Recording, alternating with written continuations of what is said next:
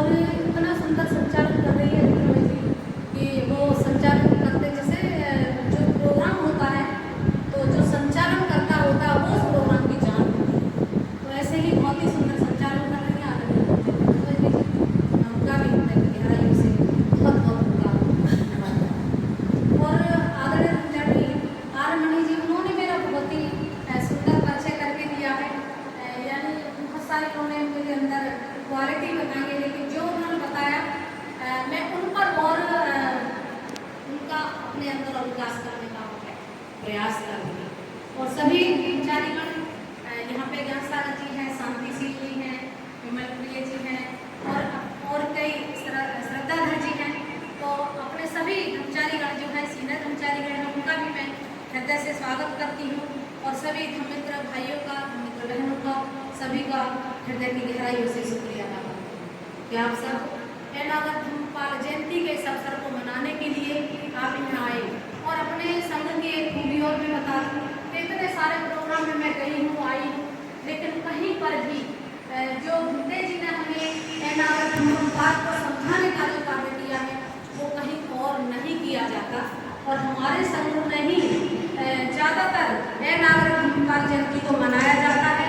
और यहाँ मतलब पूरे विश्व के अंदर, देश दुनिया के अंदर जहाँ भी हमारा केंद्र है, जहाँ भी हमारी प्रवर्तन बौद्ध महासंघ चल रहा है, वहाँ सभी केंद्रों पर आज नागर धर्मपाल जयंती बड़े पैमाने पर मनाई जा रही है।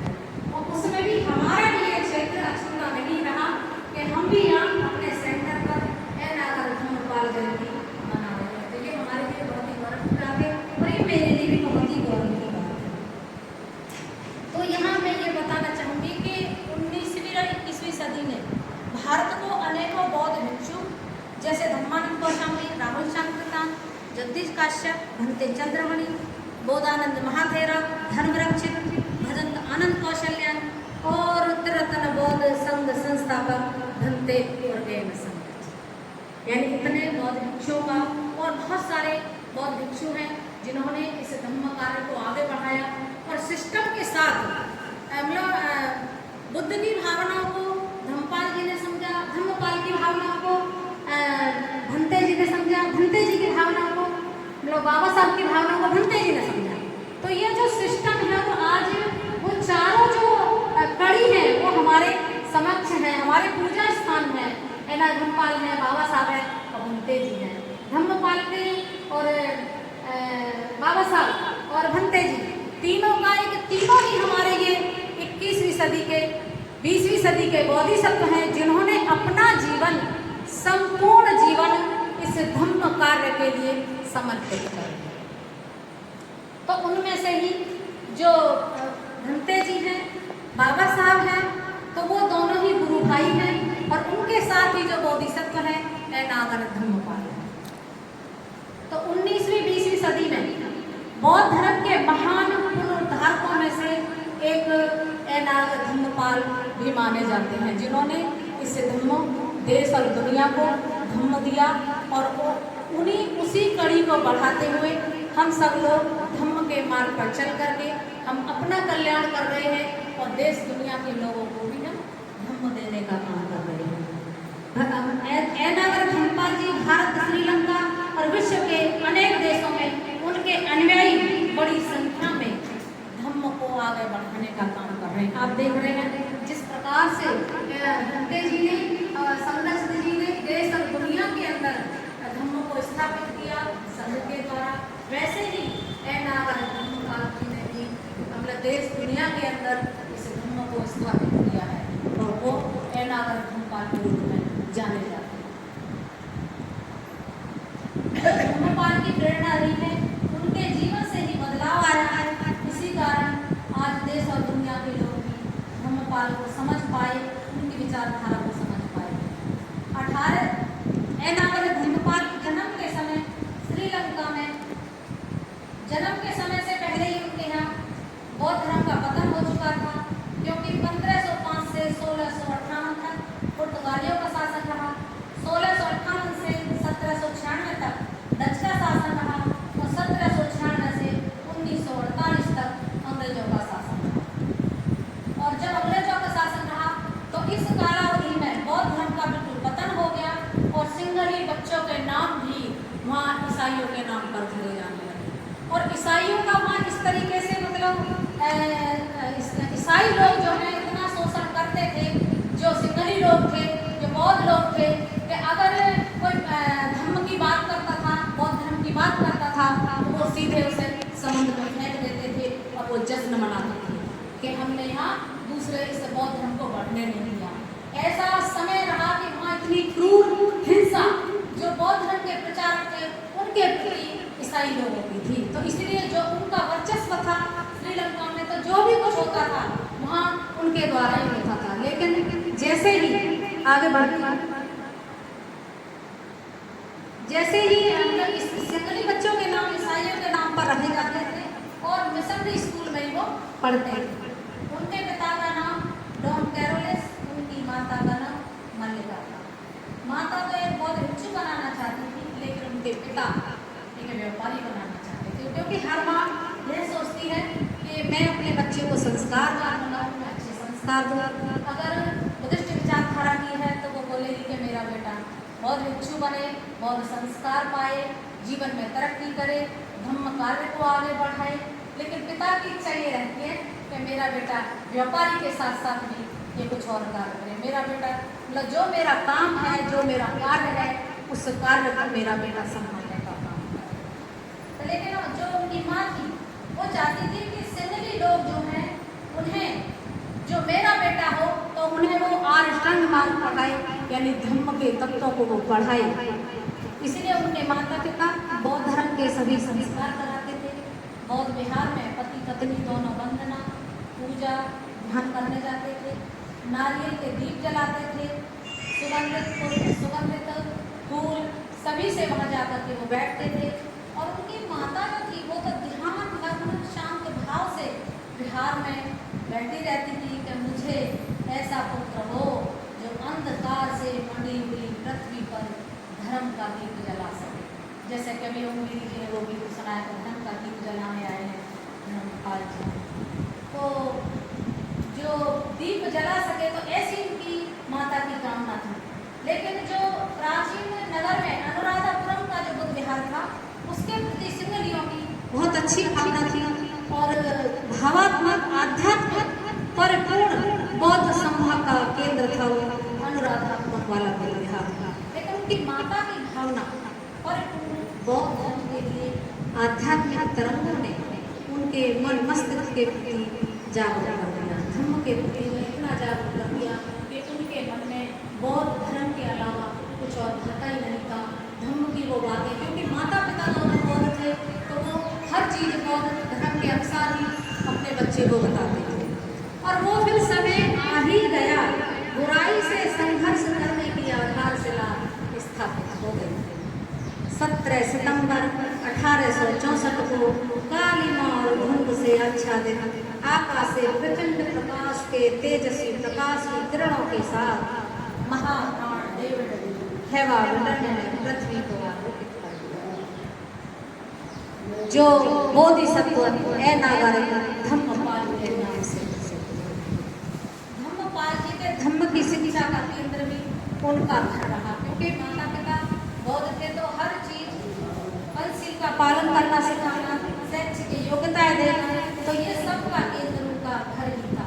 शैक्षिक और मनोविज्ञान का हर संपूर्ण स्थल था जो उनके संपूर्ण विकास के लिए प्रभावित करता।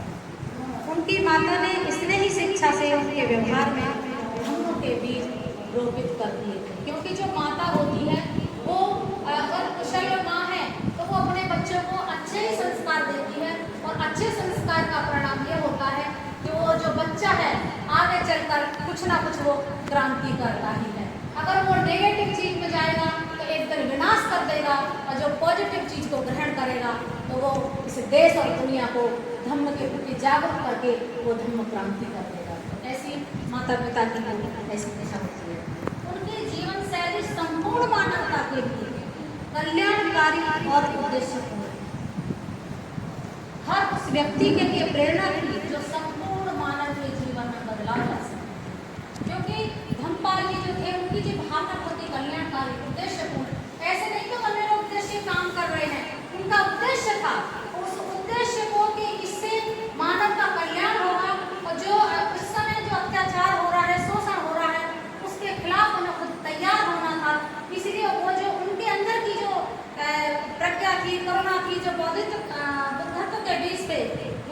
सभी के लिए प्रेरणा थी। तो वो कह रहे हैं कि हर उस व्यक्ति के लिए वो प्रेरणा थी कि सभी के मन में बुद्ध के प्रति श्रद्धा पैदा हो और वो धम्म के मार्ग पर चलने का काम करे।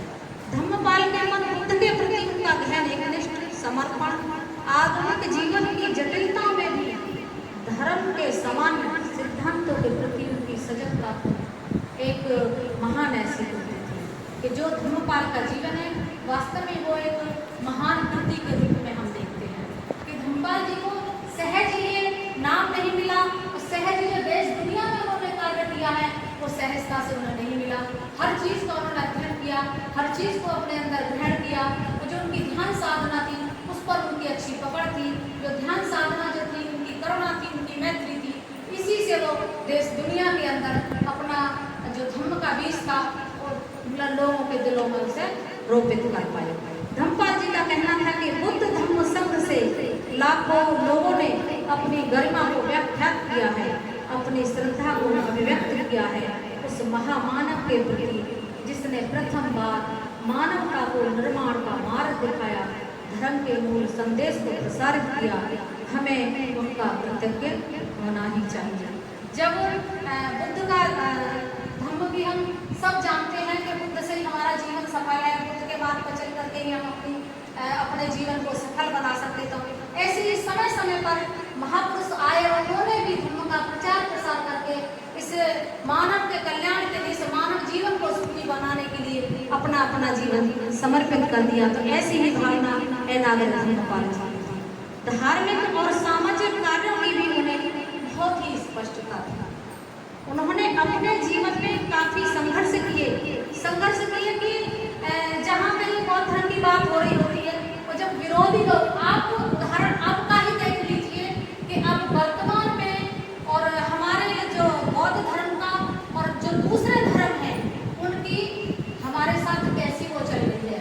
अगर हम बाबा साहब के मिशन की भी कहीं बात करते हैं, बौद्ध धर्म की भी कहीं बात करते हैं, तो जो विरोधी लोग हैं वो किस प्रकार से हम पर हावी होते हैं ये हम देख रहे हैं। वर्तमान में भी हमें ये देखने को मिल रहा है कि हम किस तरीके से अगर कहीं खुले में हम प्रचार करते हैं, धर्म की चर्चा करते हैं तो लोगों के कान खड़े हो जाते हैं और जो विरोधी लोग हैं वो उसमें हमारे में अटकलें लगाने का काम करते हैं कि इस धर्म का प्रचार क्यों हो रहा है। क्योंकि जो विरोधी लोग हैं वो चाहते हैं कि हमारा वर्चस्व बना रहे और कोई जो धर्म है वो इसमें मतलब फले फूले नहीं और ज्यादातर जो बुद्ध का धर्म है। तो ये नागरिक धर्मपाल जी का जो समर्पण था, बाबा साहब का जो समर्पण था, भंते जी का जो समर्पण था, ये हमारे जीवन के लिए ही बहुत ही उपयोगी रहा। इसमें जब भी वो कहते हैं कि धार्मिक और सामाजिक कार्यों की भी उन्हें अच्छी स्पष्टता थी। उन्होंने अपने जीवन में काफी संघर्ष किया, लेकिन उनका संघर्ष पंचशील और नैतिकता के साथ। जिस प्रकार से बाबा साहब ने कलम की ताकत से संघर्ष किया और हमें ये अच्छा जीवन दिया, उस प्रकार से ही नागरिक धर्मपाल जी ने संघर्ष किया, लेकिन पंचशील के दायरे में किया। उनके संघर्ष में पंचशील निहित थे, यानी जो शीलाचरण था वो उनका बहुत मजबूत था और शीलाचरण से ही उन पर किसी ने उंगली नहीं उठाई और वो विरोधियों का सामना तो किया, लेकिन अपनी संघर्ष की जो उनकी ताकत थी, जो उनका एकनिष्ठ जो भावना थी, लोगों के मदद करने की जो भावना थी, उससे वो हमेशा सजग रहे और वो आगे भी बढ़ते रहे। बौद्ध धर्म के विरोधियों से विचार नहीं मिल पाते क्योंकि वहाँ धर्मपाल जी बौद्ध धर्म की बात करते हैं और दूसरे वहाँ हिंसा की बात होती है। तो वहाँ ऐसी चीज़ों में वहाँ धर्मपाल जी बिल्कुल भी किसी का साथ नहीं देते।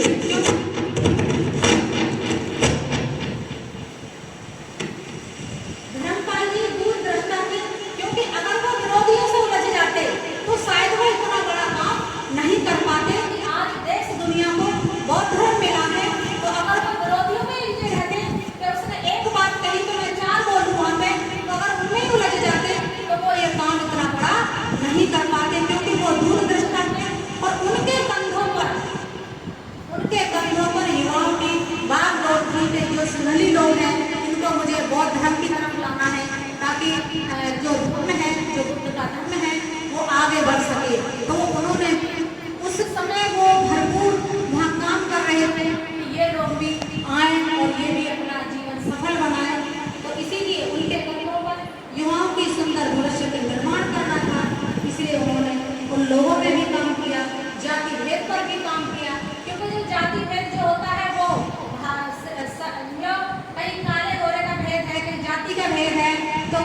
भेद होते हैं, लेकिन जाति भेद पर भी वहाँ काम किया।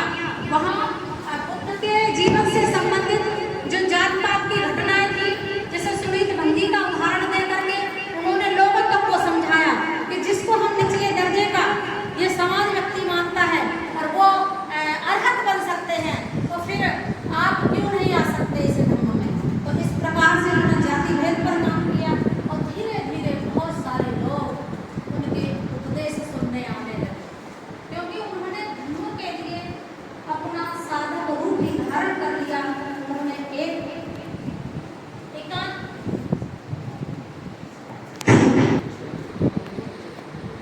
बहुत सारे लोग उनको सुनने आने लगे, क्योंकि ये धर्म जो है ना, अगर किसी के समझ आ जाए ना तो बहुत जल्दी उम्र में समझ आ जाए, और ना आए तो वो बहुत बूढ़ा हो जाए तब भी ना आए।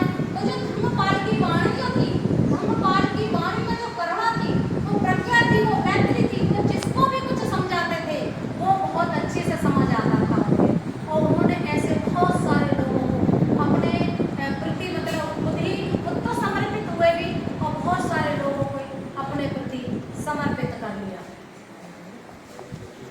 कि एक बार बुद्ध की बुक एनागर धम्मपाल जी अपने स्कूल में ले गए और उनके ईसाई अध्यापक ने उस बुक को देख लिया, तो उस बुक को उन्होंने खिड़की से बाहर फेंक दिया, क्योंकि ईसाई नहीं चाहते थे कि बौद्ध धर्म का प्रचार प्रसार हो और बुद्ध की कोई बुक लेकर के यहाँ आए। तो एनागर धम्मपाल यानी जो वो डेविड थे वो बुक लेकर के गए और उनके अध्यापक ने उस बुक को खिड़की से बाहर फेंक दिया। लेकिन जब खिड़की से उस बुक को बाहर फेंका तो एनागर धम्मपाल जी को, क्योंकि बाल मस्तिष्क था, उनके दिल पे बहुत ही गहरा आघात लगा। लेकिन जब आघात लगा, लेकिन फिर भी उस आघात को उन्होंने सहन किया और फिर बुद्ध के प्रति और भी श्रद्धा उनके अंदर उमड़ करके आ गई। तो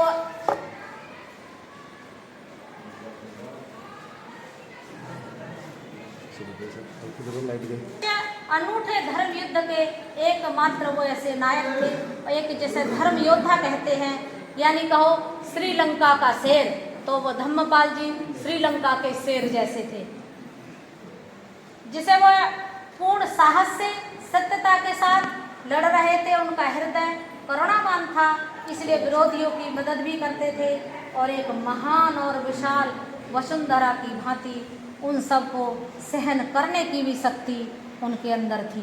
धम्मपाल जी ने कभी भी, जैसे हम लोग कभी कभी क्या होता है, हम कहीं भाषण देने जाते हैं, लेक्चर देने जाते हैं, तो हम वहाँ पे भावनाओं में बह जाते हैं और हमें कहना क्या होता है, हम क्या से क्या कह देते हैं। तो यहाँ पे धम्मपाल जी कहते हैं कि उन्होंने कभी भी मतलब भड़काऊ भाषण नहीं दिया, मिथ्या भाषण नहीं दिया, जिससे अंधविश्वास, रूढ़िवादिता, पाखंडवाद फैले, इनका कभी भी उन्होंने मतलब अपने भाषण में वो बातें उन्होंने नहीं कही। धम्मपाल जी ने हमेशा वो बातें कही जो मानव के कल्याणकारी थी, क्योंकि वो करुणावान इतने थे, इसीलिए विरोधियों का सहन करते थे और अपनी भाषा से लोगों का हृदय जीत लेते थे, ताकि वो जो बात बता रहे हैं धम्मपाल जी, उन दूसरों जिनको बता रहे उनके जीवन में परिवर्तन आए और वो धम्म के प्रति जागरूक हों और वो धम्म क्रांति को में योगदान करें। और जो उनका दुनिया में, इसीलिए धम्मपाल जी का जो कृतित्व है वो सर्वोच्च सम्मान से अलंकृत है। देश दुनिया के लोग धम्मपाल जी को बड़ी श्रद्धा के साथ बहुत ही उनको देखते हैं कि जो बोधिसत्व है, वास्तव में जो बोधिसत्व उस समय जो बोधिसत्व की परंपरा से यहाँ तक जो आए हैं धम्मपाल, तो उन्होंने अपने जीवन में संघर्ष के साथ साथ करुणा, मैत्री, मुदिता, उपेक्षा सभी को अपने साथ लेकर के इस धम्म को आगे बढ़ाने का काम किया। उनके बचपन से धम्म को समझने की बड़ी ही समझ थी। जैसे कि कुछ बच्चे ऐसे होते हैं जिनके अंदर बहुत ही, जिससे कहते हैं कैचिंग पावर बहुत अच्छी है, इसके अंदर बहुत अच्छी कैचिंग पावर है। तो बचपन में ही हम बच्चे को देखते हैं कि इसकी तो कैचिंग पावर बहुत अच्छी है, मतलब जो बाल मस्तिष्क है उसको हम जिधर चाहें उधर मोड़ सकते हैं। तो जो उनकी कैचिंग पावर थी बचपन से ही बहुत अच्छी थी, तो उन्होंने उनकी माता पिता का जो संस्कार था उन्होंने उसको सकारात्मक रूप में उनको पेश किया कि ये बहुत ही एक ब्रिलियंट है, इसके जो मन है बहुत ही, जिसे कहते हैं बहुत ही बुद्धि वाला है, आगे चल कर कुछ कर सकता है। और उनकी माँ की भी ऐसी भावना थी कि ये जो मेरा बेटा होगा ये भिक्षु बने, धम्म कार्य करे, धम्म को आगे बढ़ाने का काम करे। तो उन्होंने एक बार की बात है कि जब ना धम्मपाल जी अपने कॉलेज में थे तो उन्होंने वहाँ छुट्टी नहीं दी उन्हें, कि बुद्ध जयंती थी और वो छुट्टी नहीं दे रहे थे। तो वहाँ पे ईसाइयों के स्कूल में नियम तोड़ना बहुत ही मतलब बुरा माना जाता है, बहुत ही दंड दिया जाता है। लेकिन जो अगर धम्मपाल जो है वो एक ऐसे मजबूत पिलर हैं अपने लिए बचपन से लेकर अंत तक, कि उन्होंने वहाँ कॉलेज से आ गए, उस नियम को तोड़ दिया और घर आ गए, और घर आकर के लोगों को इकट्ठा करके उन्होंने बुद्ध जयंती मनाई अपने परिवार के साथ, अपने मित्रों के साथ। और वहाँ उन्होंने बुद्ध जयंती का भी आगाज कर दिया कि बुद्ध जयंती अब मनाई जाया करेगी। तो उन्होंने बुद्ध जयंती, और ये जो परिवर्तन था, जो बुद्ध जयंती उन्होंने मनाई, तो उनका ये एक बड़े परिवर्तन की लड़ाई का आगाज था कि इस उम्र में वो इतना बड़ा कदम उठा रहे हैं। तो ये उनकी बहुत बड़ी जो लड़ाई है उसको हम समझ सकते हैं कि शायद इसमें नया आगाज होगा जो धर्म के प्रति समर्पित होगा। यही अनेकों घटना से वो अपने कॉलेज के समय में विरोध को समझ रहे थे अपने, लेकिन क्योंकि कॉलेज में भी विरोध होता था, अगर बुद्ध की बात करोगे तो पीटे जाओगे, तुम्हारे साथ अत्याचार होगा, शोषण होगा। लेकिन फिर भी वो उन्होंने बुद्ध को समझा, बुद्ध की बातों को समझा, क्योंकि उनका जो संस्कार था वो बौद्ध धर्म से प्रेरित था। इसीलिए वो चाहे ईसाई स्कूल में कुछ भी हो, ईसाई लोग उन्हें कितना भी कुछ कहें, लेकिन वो अपनी बात पर अडिग रहते थे। उन्होंने कभी भी उनका गलत बात का वहाँ पे समर्थन नहीं किया, अपनी बात पर, अपने सिद्धांत पर वो अडिग रहे कि मैं गलत नहीं हूँ और मैं प्रचार प्रसार के लिए इस दुनिया में आया हूँ और मैं इस धर्म को आगे बढ़ाने का काम करूँगा। उनके जीवन में एक मेरी श्रीमती फास्टर हैं जिन्होंने अपने महान योगदान दिया है उन्हें, कि जब धम्मपाल जी को धन की जरूरत थी बिहार के निर्माण के लिए, तो वो कहती थी कि पहले एक मुलाकात में ही धम्मपाल जी से वो प्रभावित हो गई कि वो थोड़े रुष्ट स्वभाव की थी, गुस्से वाली थी। तो एक दिन बोली कि मेरा स्वभाव जो है वो बहुत ही गुस्से वाला है, तो मैं क्या कर सकती हूँ। तो धम्मपाल जी कहते हैं कि आप ध्यान साधना करो, और ध्यान साधना करोगी तो आपके अंदर ये जो रूखापन है ये खत्म हो जाएगा। और वो इतने प्रभावित हुई कि उनके अंदर बदलाव आ गया और वो धम्मपाल जी के साथ धम्मकार करने लगी, उनके पूरा सहयोग किया उन्हें। और एक बार तो उस समय की बात है, अब तो 10 लाख हम लोग इकट्ठा कर भी लेंगे, लेकिन उस समय में अगर धम्मपाल जी के प्रभावित होकर, उनकी भावनाओं की प्रबल को देखकर, उनके धम्म कार्य को देखकर मेरी फास्टर ने 10 लाख रुपए उस समय अगर धम्मपाल जी को दिए कि आप धम्म कार्य करो और इससे जो संस्थान है वो भी बनाओ। तो और फिर मेरी फास्टर ने उन्हें धनराशि दे करके और भी बुद्ध विहार उन्होंने बनवाए, अस्पताल उन्होंने बनवाए, शिक्षा संस्थान उन्होंने बनवाए और बौद्ध संस्थान के लिए भरपूर योगदान किया। और धम्मपाल जी ने मेरी फास्टर के नाम से जो उनकी संरक्षण थी, उन्होंने उनके नाम पर भी श्रीलंका में बुद्ध विहार का निर्माण किया। और उन लोगों का जो शिक्षा का वो केंद्र है उनका कि कोलंबो में सुमंगल और पुरानी इतने शांति में रहकर बौद्ध शिक्षा को ग्रहण किया और बौद्ध पाली ग्रंथों का अध्ययन किया। तो वो जो उनका अध्ययन था, वो जो अध्ययन का ये फल था कि वो हर बात का स्पष्टता से बात जो कह रहे थे और लोगों के बीच जाकर उन बातों को बता रहे थे। एक बार तो जो बुरानंदी में तो जब ईसाइयों में चर्चा होती थी, बहस होती थी कि मतलब ये जो है बौद्ध धर्म ऐसा है, ऐसा नहीं होगा, तो बुरानंद जी से जो वहाँ के टॉप पार्टी जिनको बोलते हैं उनसे खुली डिबेट हो गई और वहाँ पे बुरानंद जी जीत गए। इससे जीत का पूरे जो विदेशी लोग हैं, मतलब देश दुनिया के जो लोग हैं वो बहुत ही प्रभावित हुए। विश्व के सभी देशों में इसका प्रभाव जबरदस्त पड़ा कि हाँ, बुद्ध धम्म ही एक ऐसा धर्म है जहाँ से हम अपने जीवन का परिवर्तन कर सकते हैं। तो धम्मपाल जी बराबर लोगों को जोड़ने का काम कर कर रहे थे कि उनकी वाणी में जो धर्म के प्रति समर्पण था, तो जब लोगों को वो बताते थे जाकर के, तो लोग उनके साथ जुड़ जाते थे और उनके साथ वो हो जाते थे। तो ऐसे ही थियोसॉफिकल सोसाइटी के कर्नल आल्बर्ट संस्थापक ने भी बौद्ध धर्म की दीक्षा ले ली, क्योंकि वो धम्मपाल जी से प्रभावित हो गए, धम्मपाल जी का जो कार्य था उससे वो प्रभावित हो गए, और उन्होंने भी एक जो इस सोसाइटी के वो संस्थापक थे, उन्होंने बौद्ध धर्म की दीक्षा ले ली। देखिए कितना बड़ा प्रभाव था एनागर धम्मपाल जी का, कि उन्होंने अंग्रेजों को भी फिर बौद्ध बनाना शुरू कर दिया, और उसका फल ये हुआ कि लंका में बौद्ध धर्म का प्रचार किया और बौद्ध स्कूलों की स्थापना की, और बौद्धों के लिए जब धन जुटाने की जरूरत आई तो उन्हें आल्बर्ट को एक अनुवादक की जरूरत थी, तो उन्होंने एनागर धम्मपाल जी को अनुवादक के रूप में रखा और अनुवादक के रूप में उन्होंने कार्य किया। उस समय वो लिपिक का कार्य करते थे। बौद्ध धर्म के प्रचार प्रसार के लिए पिता की इच्छा के खिलाफ, क्योंकि पिता ने व्यापारी बनाना चाहते थे, व्यापारी थे, लेकिन माता चाहती थी कि हाँ वो बौद्ध थी, बौद्ध दोनों ही थे, लेकिन फिर पिता की इच्छा ये रहती है कि मेरा बेटा मेरा कारोबार संभाले, तो उन्होंने प्रचार के लिए पिता की इच्छा के खिलाफ गृह त्याग कर दिया और ब्रह्मचारी के रूप में कर्नल आल्बर्ट के साथ चल दिए और पूरे श्रीलंका की यात्रा की, और उसका परिणाम ये हुआ कि श्रीलंका में 300 बुद्ध विहारों का निर्माण करवा दिया आल्बर्ट और एनागर धम्मपाल जी।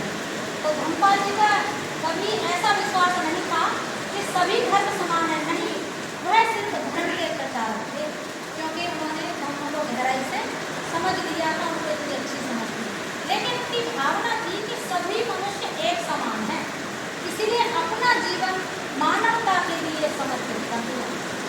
1885 में एक पुस्तक लाइट ऑफ एशिया का अध्ययन किया और उनके मन के अंदर भारत आने की इच्छा जागृत हुई, और वो इच्छा जागृत हुई क्यों? क्योंकि जो लाइट ऑफ एशिया को एनागर धम्मपाल जी ने पढ़ा तो उसमें महाबोधि विहार का वर्णन था, और उसमें वर्णन ये था कि जो महाबोधि विहार है इसको नष्ट होने से बचाया जाए, और इसकी इतनी दयनीय दशा है कि ये बौद्धों का है, तो इसको बचाने की पहल वहाँ हमें जाके करनी चाहिए। और जब वो यहाँ आए तब उन्होंने देखा करके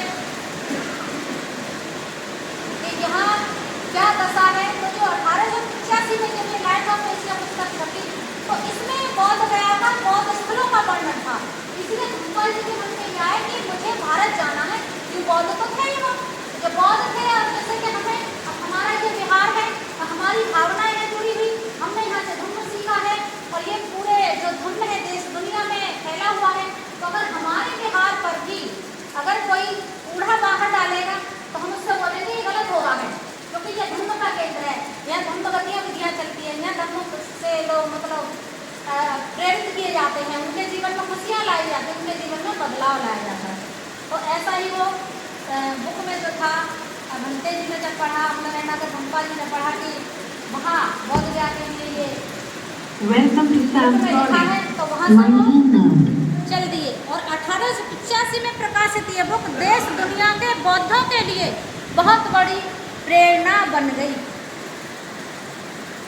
धम्मपाल जी ने 20 जनवरी 1891 में सारनाथ का दौरा किया, जहाँ बुद्ध ने पहला धम्म उपदेश दिया, और बौद्ध अवशेषों पर सुअर और पशु वहाँ पे चल रहे थे, सुअर चल रहे थे, भेड़ बकरियाँ चल रही थी, जंगली सुअर थे।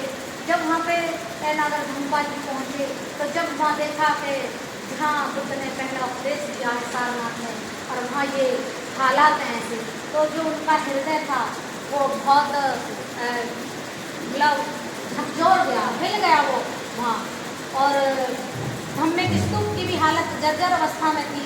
स्थलों के प्रति ये भावना में अनगिनत सवाल निर्माण हुए। फिर 22 जनवरी 1891 में एनागर धम्मपाल बौद्ध गया पहुँचे, और यह पवित्र स्थल की भी स्थिति ऐसी ही थी और भी भयावह थी। यह पवित्र स्थल 3वीं सदी में सम्राट अशोक ने बनवाया था, जहाँ एनागर धम्मपाल उसे बचाने के लिए पहुँचे थे। जब बौद्ध गया की स्थिति को देखा और भयानक थी, बुद्ध मूर्ति प्रेक्षित पड़ी थी, जीर्ण अवस्था में थी, और यह दृश्य प्यारे के वहाँ जैसे कि वहाँ एक महंत का कब्जा था, वहाँ एक महंत का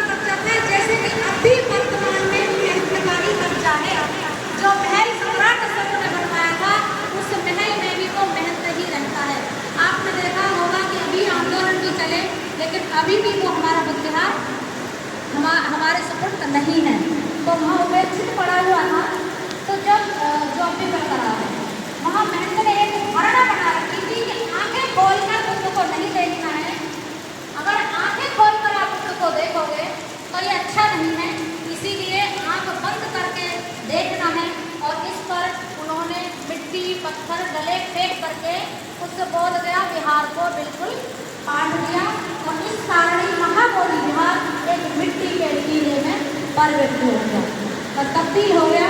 और जो सुंदर पत्थर थे और ईंटें थी वहाँ राजा और जनता बैलगाड़ी का परिवर्तन ले गए। फिर बोध गया में सारनाथ बौद्ध स्थलों की देख रेख के लिए श्रीलंका से बौद्ध भिक्षुओं को बुलाया गया। और एक बता दूं, धर्मपाल से पहले अलेक्जेंडर कनिंघम ने उसकी जो हमारे स्थल थे उनकी खोज की थी, क्योंकि वो भी ब्रिटिश सेना में या इंजीनियर के पद पर आए थे और उनको पुरातत्व सर्वेक्षण का विभाग सौंपा था। तो उन्होंने ये बोध गया का स्थल और तक्षशिला सांची स्तूप सबको खोज निकाला। तो 1891 में भी महाबोधि सोसाइटी ऑफ इंडिया की स्थापना की। इससे भारत को बहुत फायदा हुआ। जब महाबोधि सोसाइटी की स्थापना हुई तो जो महाबोधि सोसाइटी से पंडित जी भी थे और फिर वहाँ पे उस सोसाइटी के द्वारा भारत श्रीलंका तथा अनेक देशों में की शाखाएं खुली। वो शाखाओं के खोलने से जो धर्मपाल जी ने वो शाखाएं खोली उसका बहुत ही प्रभाव पड़ा लोगों पर और उन्होंने वो धर्म को ग्रहण कर लिया। आप देख रहे होंगे कि देश दुनिया के लोगों में जो लोग हैं वो बुद्ध को मान रहे हैं और बुद्ध की शिक्षा को मान रहे हैं। जो भारत से धर्म लुप्त हुआ, बुद्ध की शिक्षा लुप्त हो गई और वो विदेशों में जा करके फल फूल रही है और वो तरक्की करते हैं। और अगर महाबोधि जन्म पत्रिका का प्रकाशन किया तो उस महाबोधि जन्म पत्रिका के संपादक घंटे हमारे लिए और भी बड़ी बात है। जो महाबोधि जन्म पत्रिका चलती थी उसमें भी संपादक घंटे और जो संपादक थे तभी घंटे जी ने 12 साल का वो लेख पढ़ा था बुद्ध और उनके उस मैगजीन के द्वारा। अक्टूबर महीने में एक अंतर्राष्ट्रीय सम्मेलन में बड़े पैमाने पर आयोजन किया। महाबोधि महाविहार को कराने के लिए तत्कालीन सरकार का मेहनत मिलते न्यायालय में कानूनी लड़ाई लड़ी जिससे महाबोधि विहार बौद्धों के ऐना का धन्यवाद है। चीन किया Burma America England France German Europe तथा अन्य देशों में जाकर बौद्ध विहारों को बचाने की मुहिम चलाई और आंदोलन के लिए धन जुटाया। सारनाथ के मूल विहार के निर्माण, महाबोधि विहार के निर्माण के रखरखाव के लिए तथा मुक्ति के संघर्ष के लिए अपना जीवन समर्पित कर दिया। एक उदाहरण और देना चाहूँगी उसके जीवन का। जब धर्मपाल अमेरिका गए थे तो एक बाइबल और एक विशुद्ध ग्रंथ की एक पुस्तक साथ रख करके ले गए। जब वो पुस्तक रख करके ले गए और जब वहाँ वो पहुँचे, जब उन्होंने बक्सा खोला तो उस बक्से में जो बाइबल की वो टुकड़े टुकड़े हो चुके थे और जो विशुद्धि ग्रंथ था वो सुरक्षित मिला। यह उनकी आस्था का प्रतीक था। ये घटना मन को छूने वाली थी। अगर उनका इतना कठिन संकल्प किया कि भूखा मर जाऊंगा लेकिन यहाँ से जाऊंगा नहीं। बुद्ध का जीवन श्रेष्ठ है और ध्यान का अपना साधन है, सुख आधार है, तो यहाँ मैं अपने जीवन को सफल बना सकता हूँ। जैसे ही धर्मपाल बुद्ध का प्रवेश किया तो दोनों बुद्ध की ध्यान मुद्रा हम उपदेशों की मुद्रा में देख करके मूर्तियों को संजोग आता मन में विचार उमड़ रहा था कितना पवित्र और बड़ा मंदिर है जहाँ भगवान खुद अपने आसन पर बैठे हुए हैं। कितनी महान गंभीरता है, कितनी विपुल व्यापकता है। व्यक्ति के हृदय को जरूर कर देती है। अपने मस्तक से भर जाकर स्पर्श किया और अचानक अंतःकरण भावना को जागृत हुई। उनके अंदर दान पार होता है। दान दोनों पार्टियों को इसी का पालन किया उन्होंने और अपने जीवन को धर्म प्रचार में लगा दिया। और बोधिसत्व जो होते हैं वो पारंपरिक का पालन करते हैं, 10 शीलों का पालन करते हैं। तो सभी के अलग अलग नियम हैं, कानून है। ये धर्म ऐसा है, सिस्टम से चलता है। जो इसको अपनाता है वही अपने जीवन में तरक्की कर पाता है। और एक बात और कहती है खत्म करना चाहूँगी।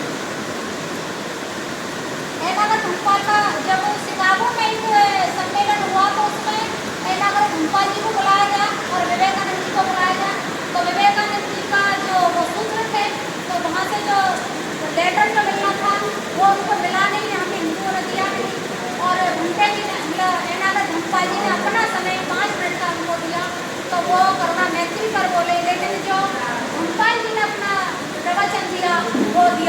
दूसरा गत, बुद्ध के गत के नाम से वो फेमस हुआ, पूरा देश और दुनिया के अंदर उनकी भावना प्रचलित हो गई। लेकिन बोधिसत्व बाबा साहब डॉक्टर अम्बेडकर ने तो दीन दुखी जनता के दुखों का ही अंत कर दिया। जो नागर धर्मपाल जी के मन में पीड़ा थी कि शोषित पीड़ित का विकास कैसे हो, वो बाबा साहब ने पूरा कर दिया। 1935 में नागर धर्मपाल का महापरिनिर्वाण हो जाता है। एक बोधिसत्व दूसरे बोधिसत्व का पूरक बन जाता है। दोनों ही अपना जीवन बौद्ध धर्म के लिए समर्पित करते हैं और दोनों का ही अनुपालन बनते संरक्षित भी करते हैं, जिसके हम सब यहाँ उस धर्म का आनंद ले रहे हैं, उस धर्म को आगे बढ़ाने का प्रयास कर रहे हैं, अपने जीवन में वो खुशियाँ लाने का काम कर रहे हैं। तो बहुत सारा काम है, लेकिन समय ज़्यादा हो चुका है तो इसीलिए। लेकिन नागर धर्मपाल जी के लास्ट में बात कहना चाहूँगी कि नागर धर्मपाल जी का एक सपना अधूरा रह गया कि जैसा वो चाहते थे कि महाबोधि विहार मतलब बौद्धों के नियंत्रण में हो, लेकिन वो BTMC जो एक्ट बना 1949 में, उसके द्वारा हिंदू प्रतिनिधित्व 4 ब्राह्मण 4 बौद्ध प्रतिनिधि और उसका अध्यक्ष जो गया जिले का DM होगा, तो इससे नागर धर्मपाल जी का सपना अधूरा रह गया। और वो अब भी हमारा जो बौद्ध के विहार है, जिन्होंने नागर धर्मपाल जी का काम किया, उस विहार के लिए पूरी जिंदगी लगा दी, अपना शरीर का भी दान कर दिया, लेकिन वो महाविहार अब भी हमारे हाथों में नहीं आया। तो ऐसा लगता है कि शायद नागर धर्मपाल जी का सपना अधूरा रह गया, क्योंकि अपने बचपन से जवानी से बुढ़ापा उन्होंने बौद्ध ज्ञान और स्थलों के लिए, सारनाथ के लिए समर्पित कर दिया, लेकिन उसके बाद भी महाबोधि विहार हमारे कब्जे में नहीं आया, हमारे हाथों में नहीं आया। तो शायद ये बात बोधिसत्व के मन का सत्य है, लेकिन हम इसको पूरा पालन करने का प्रयास करेंगे। इन्हीं शब्दों के साथ मैं अपनी वाणी को विराम देती हूँ और थोड़ा ज़्यादा सभी को जय भी।